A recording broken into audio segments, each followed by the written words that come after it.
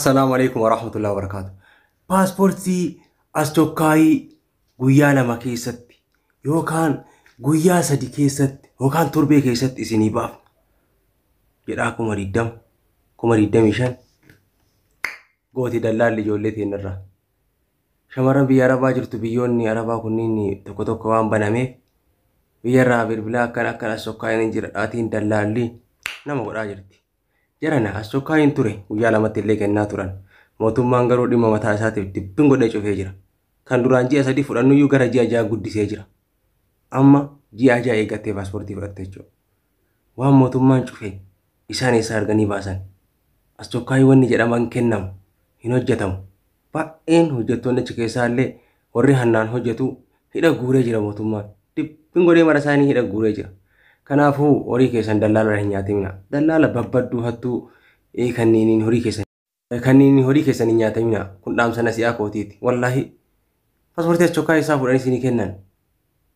gartee wanni asokaayiin ka argamuufi warri hajjii deemu majlisul aalaa irraa gartee kafalanii baankii irratti akkasitti warri sunniin fudhachuu danda'a lammaffaa warra dhibamee agartee emergency agar alatti akka yaalamu ajajan waraqaa saniin ka yaalaa saniin dhaqanii asokaayii fudhatuu danda'an rakkoolee dhugaa ragaa qabatamaa fudhachuu danda'an kanaafuu warroota musinnaa dalagu duraan agartee ummata ala dhaabaa miskiina dhaabaa birriidhaan kaleen fudhataa ture sababa kanaan jedhee mootummaa asokaayii cufee warroota waan akkanaa dalagan baay'ee hidha guuree akka malee sodaachisee jira asokaayii sa'aatii kanatti kam hojjetanii birrii isinirraa fuudhan nama baay'ee kaboo erga agartee akkana asokaayii guyyaa lama sadii isinii hojjennette maallaqa irraa fuudhanii taphatan agartee nama baay'ee tokko lama mika argaa jiru kanaafuu kun dhaamsa nasi'aa kootiiti jechuudha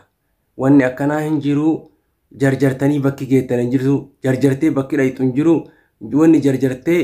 horii kee agartee maa birrii takka illee haa taatu haadha keetiin kennitu kunaasoo giddanaa bitatanii kanaaf gara malee horii keessan hin dhabina kana isinitti hima gartee paaspoortii isaanii illee asokaayii wanni argattu hin jiru horii makee dhabuuf hin jarjarin siniin jedha ani wanni viidiyoo kana hojjedheef namoota baay'ee kaboo fi kan waan kan deddeemaa jirullee waan arguu fi inshaallah waan akkanaati of eeggannoo godhaa siniin jedha ilmaan oromoo bakka jirtan hundantuu